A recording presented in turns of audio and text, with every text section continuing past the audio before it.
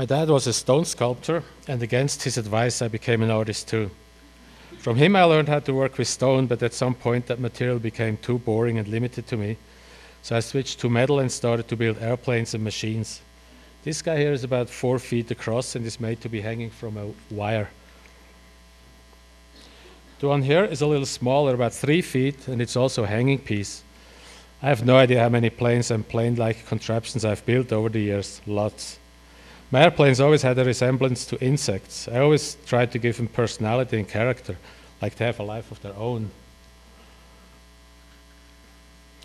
I built this one more than 25 years ago, and it's still one of my favorites. For one thing, it's big. Also, I obviously was more concerned with aesthetics than with physics, so it's doubtful it can fly, even though that seems to be its sole purpose. I also think it's elegant and graceful in its own way, but I'm biased. This is my favorite photograph, because this was the first time one of my planes actually became airborne. It was going to a show that day, and they had this huge crane come and pick it up. It had a pretty good size. The wingspan was about 17 feet or so. It just looked too cool up in the air, and I totally loved it. In '94, I moved from Europe to Taos. This is outside my studio, where I'm about to hoist this butterfly sculpture on its pedestal with my tractor that looks like a sculpture itself, which is why I had to buy it, of course. This is actually my first big metal sculpture I ever built, and I brought it with me from Europe for sentimental reasons. My overflowing studio with some of my newer stuff. When I moved here, I started to incorporate other materials in my work. I'm still building a lot of flying contraptions, but now I'm adding bones and skulls. I really like the juxtaposition of the two. Both have this nice color and patina. Not all of them have wings though, some just have wheels, but they all look very mobile, just the same. My friend Zeckler called this one Cyborg, and the name stuck with it. By the way, I don't usually fabricate all the metal parts. I like to use all the rusty parts from farming equipment and machinery that I've been collecting over the years. A couple of years ago, I started a series of fish sculptures. The first ones had sheet metal bodies, and the heads are animal skulls. I'd use rib bones for the fins and spines. This here is a catfish, its head belonging to a deceased cat, obviously, and the body is made from canvas. Really nice combination of materials, I think. So I decided to build a bigger fish with a canvas body. First, I poke around in my skull archive here for the right skull for my fish. Sometimes I reassemble skulls. For example, I attach a cow's lower jaw to a horse's upper jaw, and the resulting overbite is usually quite charming. Since I'm going to use a somewhat elaborate construction for the canvas, I can't just wing it like I usually do. So first I make a sketch to get the proportions the way I want them. I like a proper composition, having been classically trained after all. The sketches are not usually this elaborate, but I felt like polishing this one a bit. The skull is cleaned and bleached, and after bolting and gluing some loose parts together, is ready to go.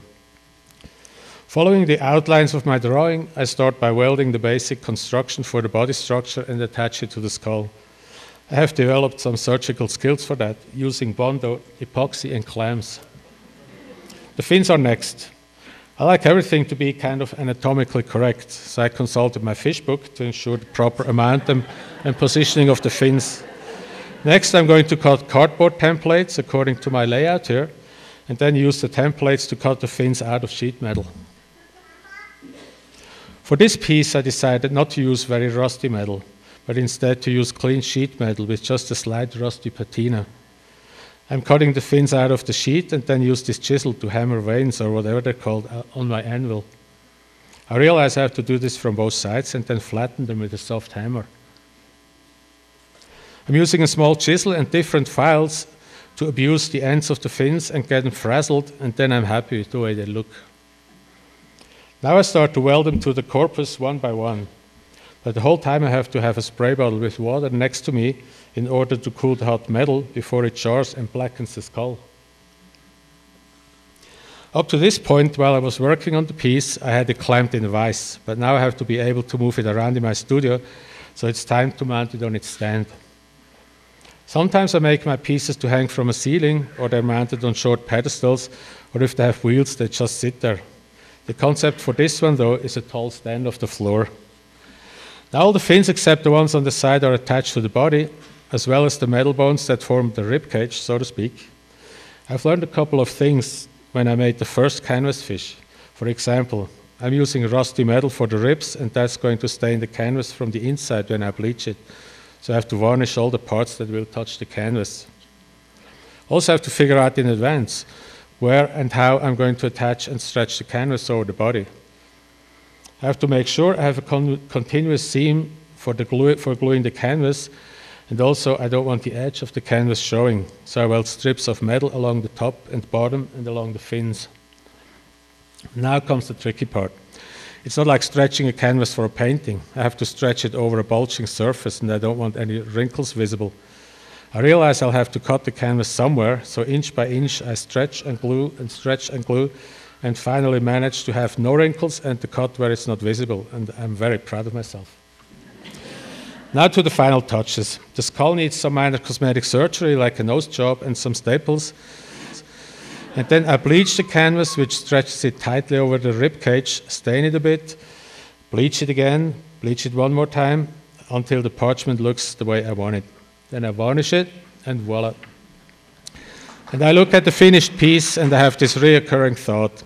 What is it with this shit-kicking grin that they all have?